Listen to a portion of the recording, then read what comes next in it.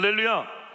저는 오늘 함께 읽은 이사야 26장 1절에서 4절까지의 말씀을 가지고 야훼를 신뢰하라 이와 같은 제목으로 말씀의 은혜를 나누기 원합니다. 오늘 말씀의 제목을 함께 고백하겠습니다. 야훼를 신뢰하라.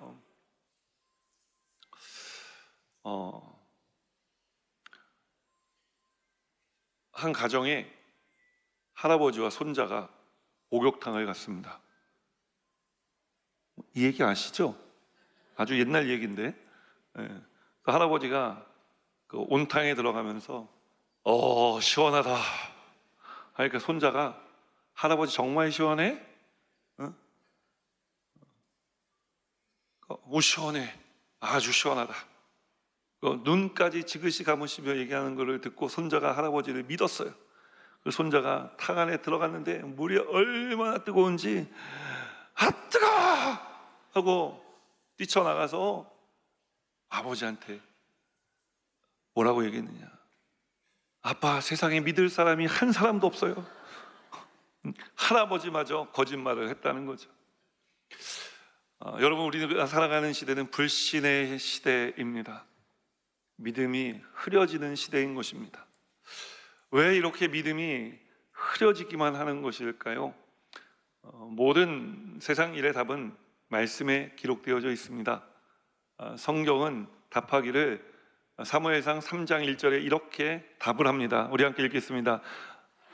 사무엘이 엘리 앞에서 야훼를 섬길 때에는 야훼의 말씀이 희귀하여 이상이 흔히 보이지 않았더라. 말씀이 희귀하여졌기 때문이다 라고 성경은 이야기하는 것입니다. 자, 이때는 사무엘의 때입니다. 사무엘은 이스라엘의 마지막 사사입니다. 사사란 어떤 사람이었느냐?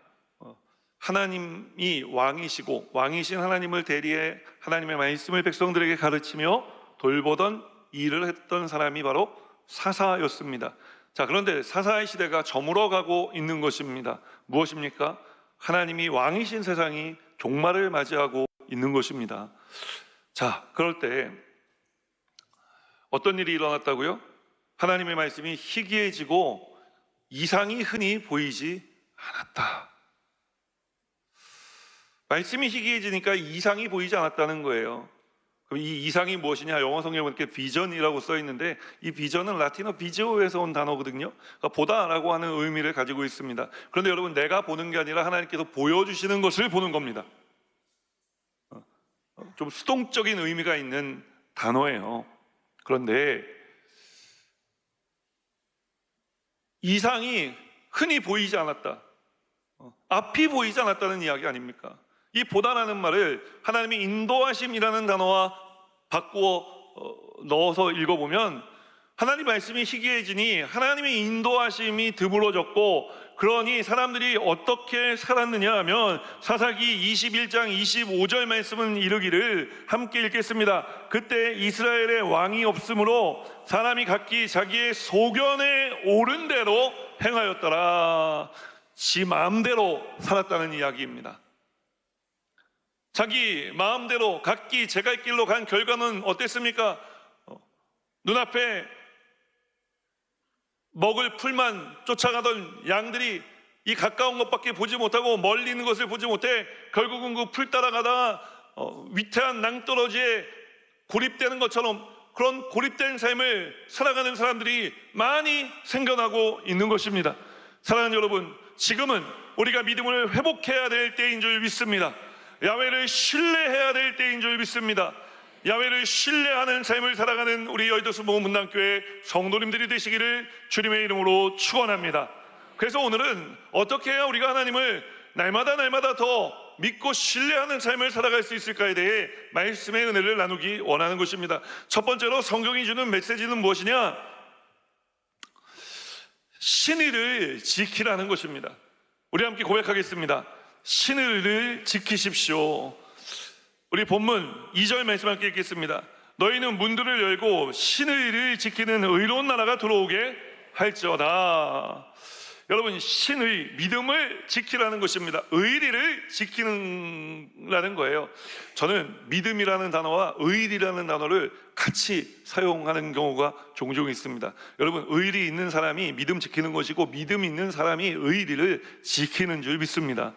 여러분, 하나님 앞에 믿음 가지고 살아가야 됩니다. 하나님께 의리를 지키시기를 주님의 이름으로 축원합니다. 오늘 본문 이사야 26장은요 이스라엘 백성들이 바벨론의 포로로 끌려가 살던 시절의 이야기입니다.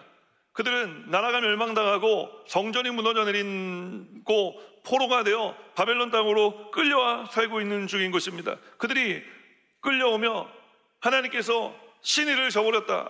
의리 없는 하나님, 언제는 영원히 예루살렘 성을 지켜주시고 다윗하고 언약하시고 성전을 영원히 하나님의 빛 가운데 있게 하시고 하시더니 이게 다 거짓말이었다는 거예요. 예루살렘 성은 무너지고 성전도 무너지고 나라가 멸망당하고 지금 우리가 이렇게 포로로 저 먼 이국 땅에 끌려가고 있지 않느냐. 이스라엘 백성들은 포로로 끌려간 내내 하나님을 원망했습니다. 하나님께 불평했습니다. 하나님, 어떻게 내 삶에 이런 일을 행하실 수가 있습니까? 이스라엘 백성들은 날마다 하나님을 원망하고 불평한 것입니다. 그런데 이제 끌려가 어쩔 수 없는 포로 신분이 되어 살아가다 보니 좀 흥분이 가라앉게 되고, 흥분이 가라앉으니 이제 지나온 시간을 되돌아보게 된 겁니다. 어쩌다가 우리가 이렇게 포로 신세가 되었는가. 쭉 이스라엘 백성들이 역사를 되돌아보니, 그들의 시간을 되돌아보니 어디까지 흘러갔느냐? 여러분, 이스라엘 백성들이 애굽에 종살이하던 시절까지 흘러간 겁니다. 왜냐하면 이스라엘 백성들 말씀을 배워 알고 있었기 때문에 말씀을 통해 그들의 삶의 궤적을 쫓아가 본 겁니다. 그래서 쫓아가 보니 하나님께서 애굽에 430년 종살이하던 이스라엘 백성들을 내 백성 삼아 주셔서 출애굽시켜 주신 그 은혜의 시간들을 그들이 기억하게 된 것입니다.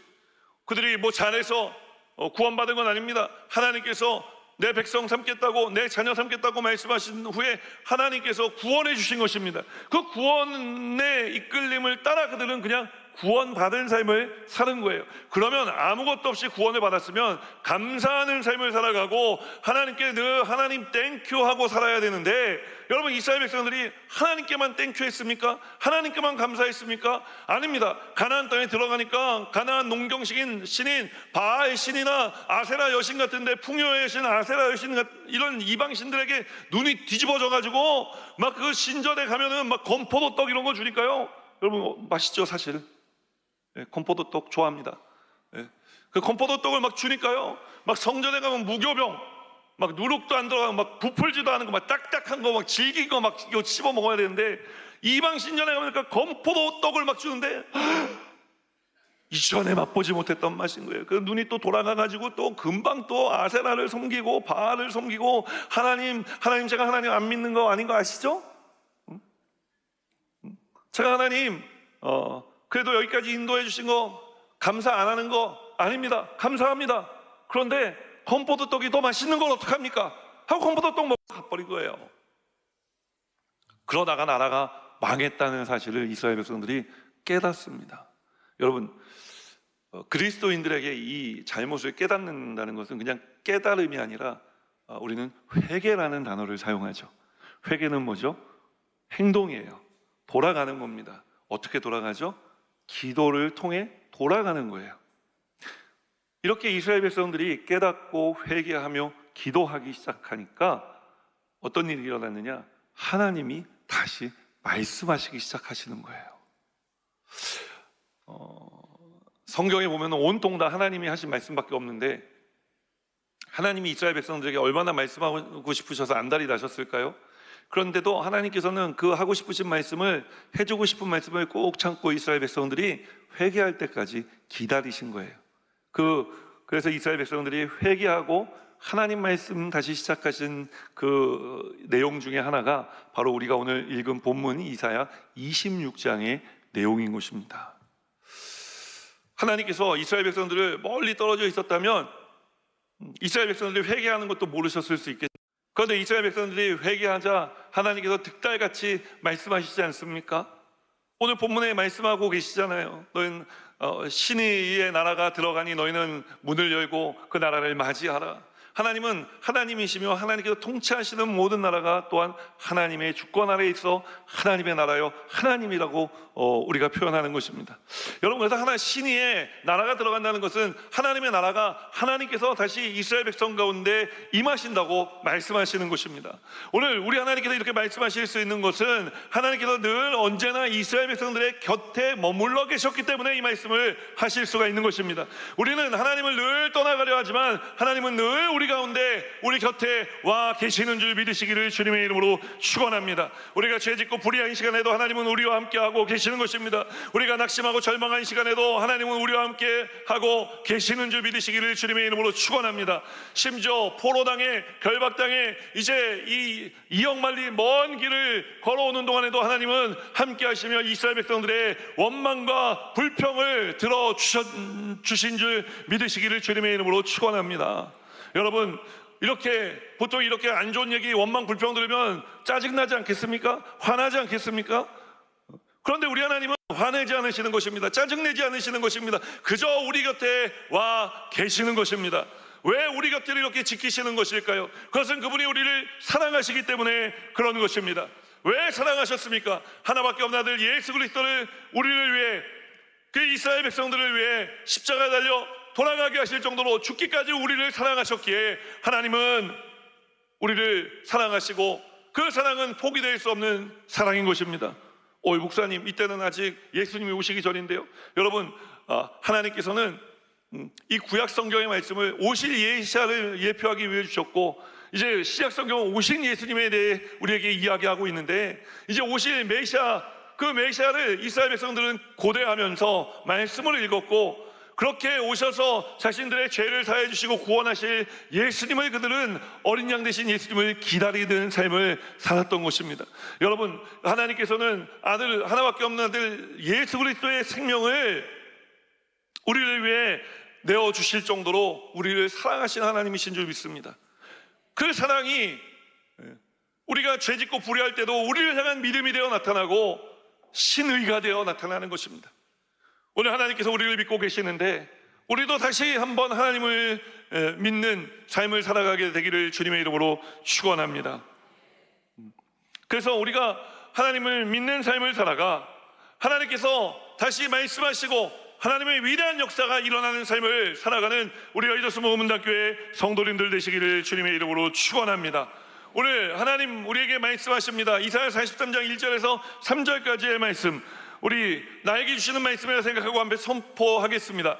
야곱아, 너를 창조하신 야훼께서 지금 말씀하시느니라. 이스라엘아, 너를 지으신 이가 말씀하시느니라.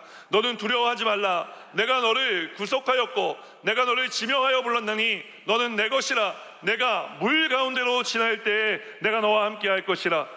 강을 건널 때에 물이 너를 침몰하지 못할 것이며 내가 불 가운데로 지날 때에 타지도 아니할 것이요 불꽃이 너를 사르지도 못하리니 대저 나는 야훼 내 하나님이요 이스라엘의 거룩한 이요 내 구원자임이라. 내가 애굽을 너의 속량물로 굴스와 스바를 너를 대신하여 주었노라. 사랑하는 여러분, 하나님께서는 우리가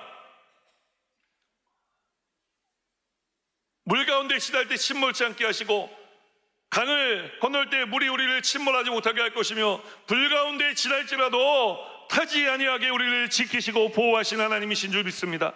하나님이 늘 우리 곁에 계셔서 이 물을 헤치고 이 불을 끄시며 가주시기 때문인 것입니다. 오늘 이 하나님이 우리와 함께하고 계십니다. 이 하나님을 향한 믿음을 오늘 이 시간 드러내시기를 주님의 이름으로 축원합니다. 축원합니다. 축원합니다. 그래서 다시 믿음의 삶을 살아가는 거룩한 주의 백성들 되시기를 주님의 이름으로 축원합니다. 말씀 속으로 한 걸음 더 들어가 우리는 또 어떻게 해야 야훼를 신뢰하는 삶을 살아갈 수 있을까요? 두 번째 성경이 주는 메시지는 심지를 견고하게 하라는 것입니다. 함께 고백합니다. 심지를 견고하게 하십시오. 주께서, 우리 본문 3절 말씀 읽겠습니다. 주께서 심지가 견고한 자를 평강하게 하고 평강하도록 지키시리니 이는 그가 주를 신뢰함 이니이다. 이제 우리가 주님 믿는 믿음으로 다시 일어서 살아가기 시작할 때 하나님 우리에게 주시는 한 가지 명령이 있어요. 사명이 있어요. 그게 뭐냐면 심지를 굳게 하라는 거예요. 마음을 굳게 하라는 것입니다.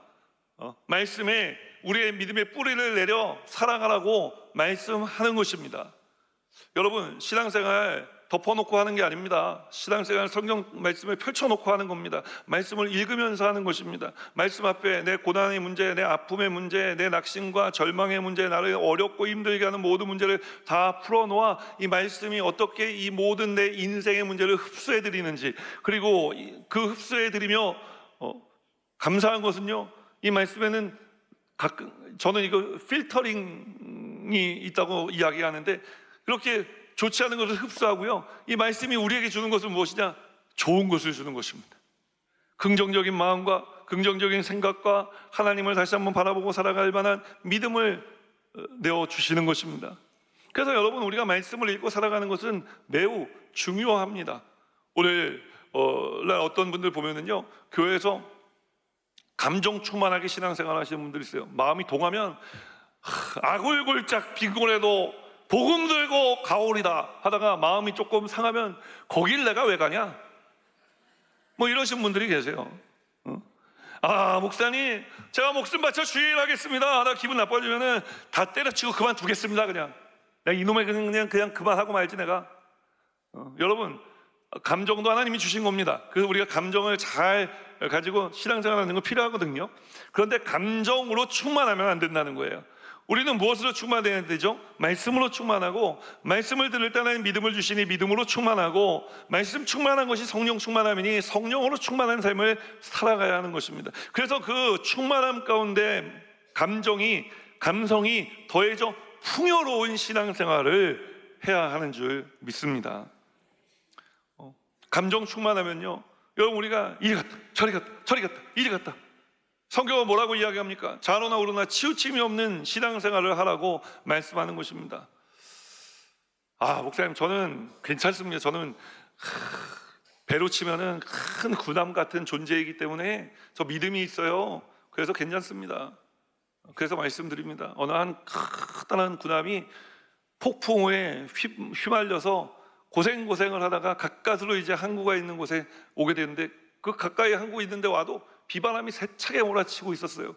그런데 이제 살았구나 하고 있는 그 순간에 앞에 불빛이 번쩍하고 비치는 게 아닙니까?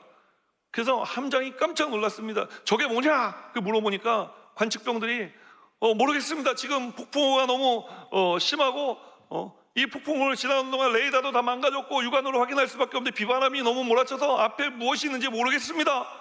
그 함장이 백고동을 올리라고 할까, 막 백고동을 계속 올리고요, 온 함선에 있는 통신 채널을 다 열어서 여기는 군함 앞에 군함 앞에 있는 배는 그 어떤 배든지 빨리 비키시오, 부딪히면 큰일 납니다. 그랬더니 감사하게도 바로 응답이 왔어요. 수신감이 좋다. 그런데 나는 피할 수가 없으니 군함 네가 피해라. 그 함장이 화가 났어요. 그래서 다시 한번 얘기했습니다. 여기는 군함이라니까. 이건 큰 배요. 그러니까 빨리 피하시오. 그러니까 또 금방 대답이 돌아옵니다. 이렇게 이야기합니다. 군함, 내가 얘기하지 않았냐? 네가 피해야 된다. 여기는 등대다. 여러분, 우리의 인생이 아무리 큰 것 같지만 말씀의 뿌리를 내리지 않으면 그냥 물결에 휘말려 이리 왔다 저리 갔다 하는 인생이 될 수밖에 없는 것입니다. 오늘 우리의 신앙을, 믿음을 하나님 말씀에 깊이 뿌리 내리게 되시기를 주님의 이름으로 축원합니다. 여러분, 왜 하나님께서 이 말씀에 믿음의 뿌리를 내려 살아가라고 이야기하시느냐? 그런 사람이 인생에 평강을 얻을 수 있기 때문에 그런 것입니다. 여러분, 편안한 것이 아닙니다. 평강입니다. 편안한 것은 모든 것이 만족스러운 상태에서 내가 누릴 수 있는 거예요. 그러니까 아무런 자극도 없는 상태입니다. 영어로는 comfort zone이라고 이야기해요. comfort zone. 그냥 편안한 상태예요. 아무런 no stimulate, 아무런 자극이 없는 상태입니다. 그래서 여러분, 우리가 세상을 이렇게 살아갈 수 있습니까? 이런 분들은요, 저기 묘지에 가면 많이 계세요. No stimulate, comfort zone. 평생 그렇게 있는 거죠. 그 이후에 우리가 세상을 살아가는 동안에는 세상 풍파를 헤치고 살아가야 되는 것입니다. 우리가 등대같이 우뚝 서 있다 할지라도 거센 파도가 우리를 위협하며 몰아치는 인생을 우리는 살아내야 되는 것입니다. 그렇기 때문에 여러분, 세상의 편안함은 우리와는 상관이 없는 것입니다. 세상 사람들이 말하는 평안함이 아니라 우리에게 필요한 것은 평안함이 필요한 줄 믿습니다. 자, 그렇다면 이 평안함이라는 것이 무엇이겠습니까? 어떠한 자극, 어떤 고난, 어떠한 힘듦이 있어도 나는 안전하다. 주님이 나와 함께 하시니 나는 안전하다. 거센 파도가 몰아쳐 그 파도를 보면 무섭지만 그래도 마음 한편에 주님이 나와 함께 하시니 나는 안전합니다.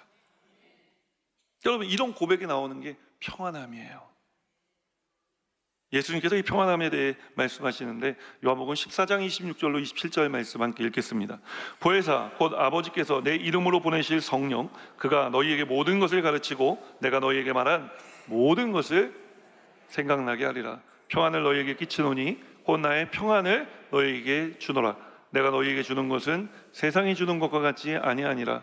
너희는 마음에 근심하지도 말고 두려워하지도 말라. 주님 주시는 평안함을 가지면요, 여러분, 근심이 사라지는 것이고 두려움이 떠나가는 것입니다.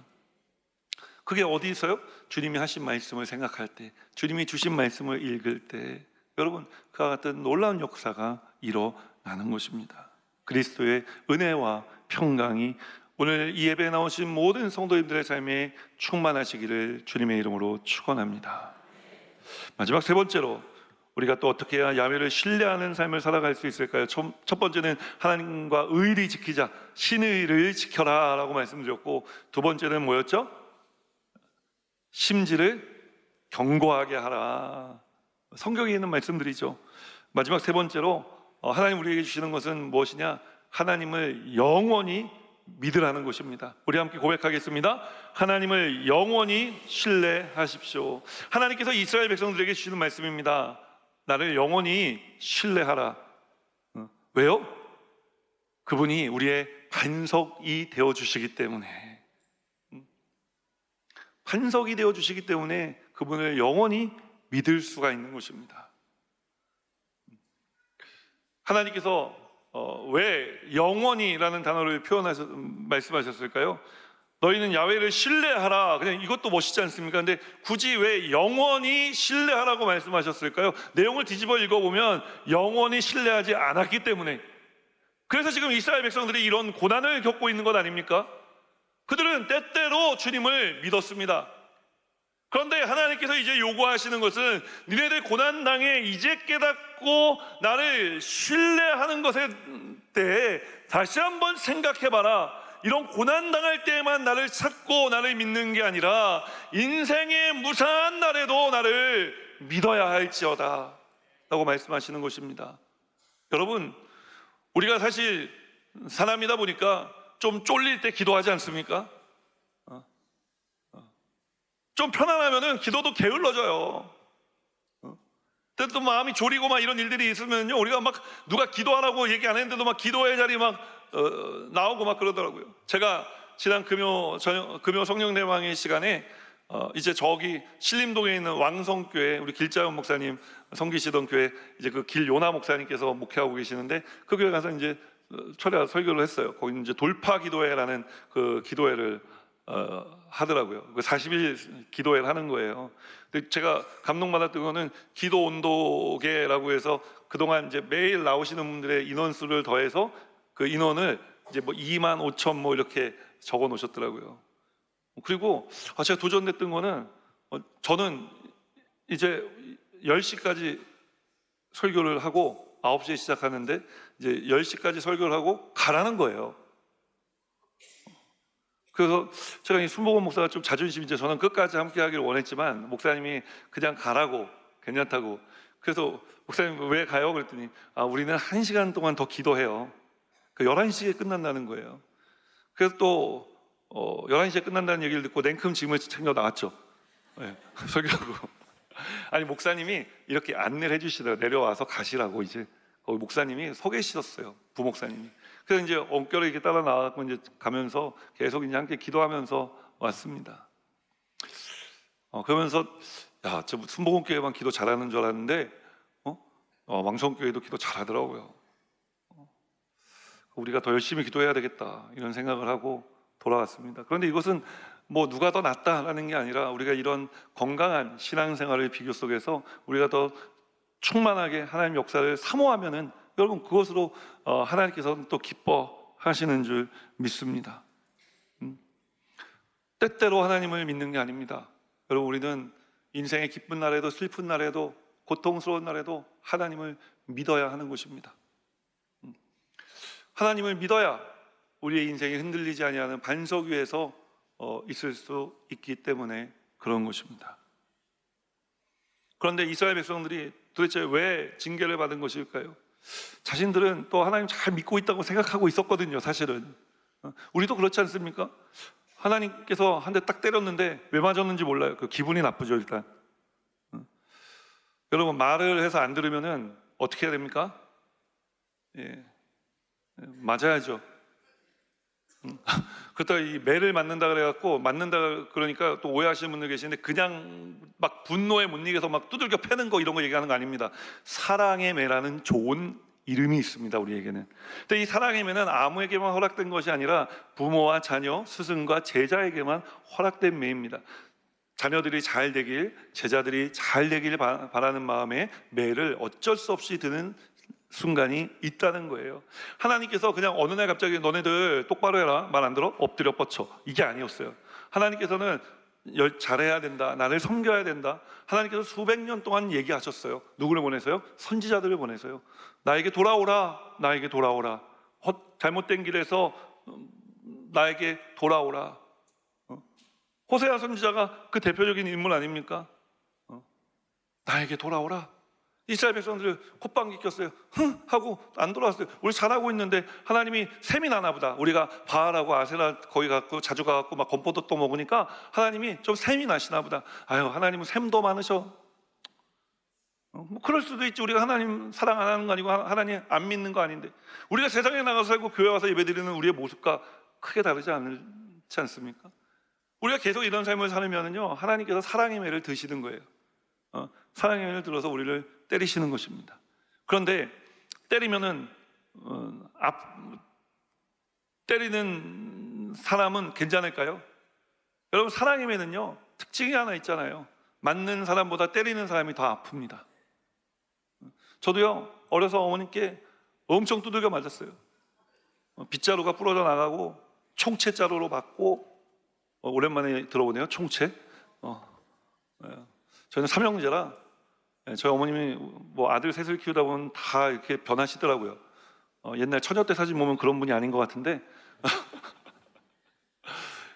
그래서 엄청 두들겨 맞고 막 종아리 맞고 막 하면은 저는 이제 엄마를 막 원망하고 내가 우리 다 어디 다리 밑에 주소 하나씩 있잖아요. 제가 그 굴레방 다리 밑에서 주워 왔다고 맨날 친척들이 그랬는데 나는 진짜 친아들이 아닌가 보다 하면서 막 울면서 잠들었어요. 자다 보면은 어머니가 오셔서 바세린 이렇게 해가지고 종아리에다 바르시면 또 울고 계신 거예요. 그것도 저는 또 이제 그런 거죠. 울고 약 바를 거면 왜 때리노? 그래서 또 자는 거죠. 오는 척하고. 그래요 여러분 사랑의 매는 맞는 사람보다 때리는 사람이 더 아픈 거예요. 하나님이 이스라엘 백성들에게 이런 징계를 내리시며 마음 편하셨겠습니까? 이스라엘 백성들은 그냥 뚫린 입이라고 하나님 원망하고 불평하고 마음대로 짓거렸지만 하나님은 그 얘기를 다 들으시면서도 참으시면서 또 마음 아픔도 안고 계셨던 거예요. 왜요? 사랑하시니까요. 하나님께서 사랑하셔서 그러신 것입니다. 자, 사랑하셔서 사랑의 매를 들지만 그 사랑의 매를 들고 이제 훈육을 한 다음에는 어떻게 해요?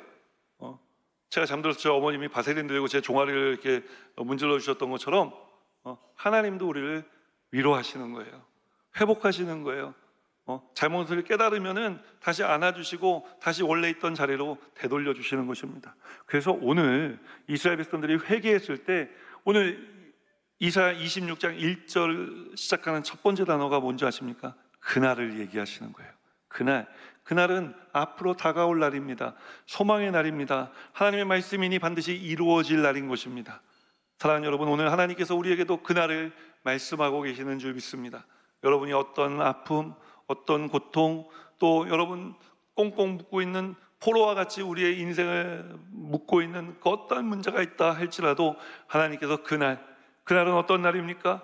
하나님께서 이루어 주실 그날은 어떤 날입니까? 신의 나라가 들어오는 날, 하나님의 나라가 회복되는 날, 하나님의 역사가 충만해지는 날, 여러분 그날을 우리에게 하나님께서는 반드시 허락하여 주실 줄 믿습니다. 오늘 이 믿음으로 살아가는 열두스모금 문단교회 성도님들 되시기를 주님의 이름으로 축원합니다. 오늘 세 가지 말씀을 나누었습니다. 하나님을 신뢰하는 삶을 살아가기 위해 하나님께 의리 신의를 지키시고, 두 번째로 심지를 견고히 하여 하나님 주시는 평강을 누리시며, 세 번째로 하나님만 영원히 섬겨 반석이신 하나님을 만나고 누리는 삶을 살아가시기를 주님의 이름으로 축원합니다. 우리 함께 찬양하며 기도의 자리로 나아가기 원합니다.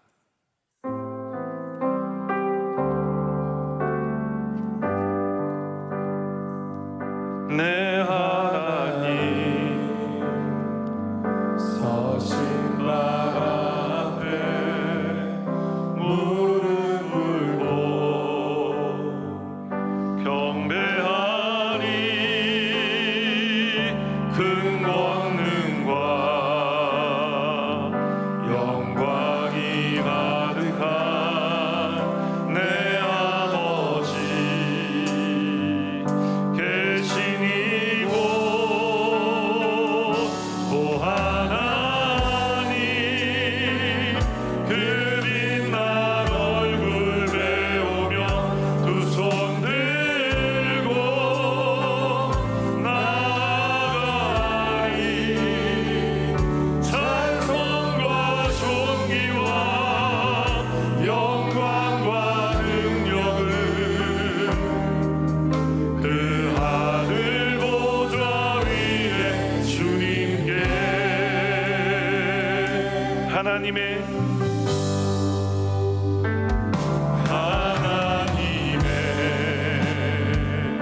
그 크신 사랑이 우리 죄를 사하셨네. 어린 양의 보혈의 은혜로 나 담대히 나아가니 오 하나님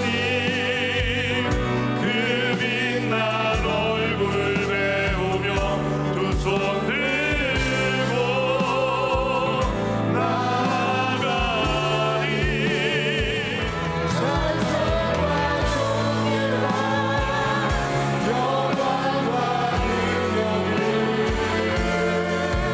그 양의 보좌 위에 주님께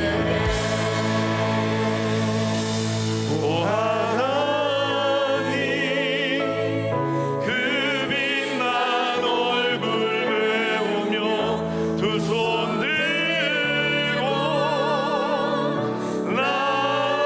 나아가리 찬송과 존귀와 영광과 능력을 그 하늘 보좌 위에 주님께. 오늘 그 자리에 앉으시며 말씀대로 살기 원하시는 분들 가슴에 손을 얹어주시고, 아프신 분은 아픈 곳에 믿음으로 손을 얹어주시고, 또 자녀들 위해 기도하기 원하시는 분들은 연이어 기도할 때 머리에 손을 얹어주시기 바랍니다. 주님 보십시오, 거룩한 주의 백성들이 가슴에 손을 얹고 기도합니다. 오늘 주신 말씀 그대로 살아 주님 우리의 인생 가운데 펼쳐주실 그날을 소망하며 살아가게 하여 주옵소서. 아직 예수 믿지 않는 내 부모, 형제, 자매, 일가, 친척, 이웃들을 위해 기도합니다. 소망의 그날을 기대하며 기도하오니 주님 응답해 주시옵소서. 이 모든 말씀 예수 그리스도 이름으로 축복하고 기도합니다. 아멘. 다시 한번 고개 숙여 기도할 때 오늘 이 예배에 처음 나오신 분들이 계시지 않으신지요?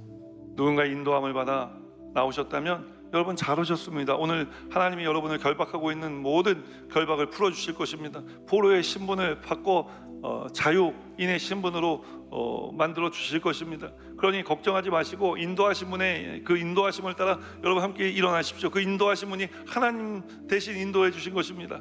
하나님께서 오늘 여러분을 찾고 계신 것입니다. 하나님 말씀이 희미해져 각기 제갈 길로 갔다가 오늘 하나님 부르심을 받아 이 자리에 다시 돌아오신 분들이 계시면 그런 분들도 일어나십시오. 우리 동백에서도 일어나시고 신동탄교회에서도 일어나시고 구TV로 예배 드리고 계신 분들도 그 자리에서 일어나시기 바랍니다. 하나님이 여러분을 찾고 계셨습니다. 하나님 찾으심에 부르심에 오늘 응답하셔야 됩니다. 그래야 오늘 구원받을 수 있기 때문에 그런 것입니다. 오늘 일어나신 분들은 제 기도를 따라해 주시고 먼저 예수 믿고 구원받은 분들은 제 기도를 도와주시기 바랍니다. 하나님 아버지, 저는 죄인입니다. 어디에서 와서 왜 살며 어디로 가는지 알지 못하고 방황하며 살았습니다. 저의 죄를 위하여 십자가에서 죽으시고 부활하신 예수님을 제 구주로 모셔드립니다. 저는 하나님의 자녀가 되었습니다. 지금부터 영원토록 주님과 함께 살겠습니다. 예수님의 이름으로 기도드립니다. 아멘. 할렐루야. 우리 교회 새가족 되신 분들 예수님 이름으로 환영하고 축복합니다.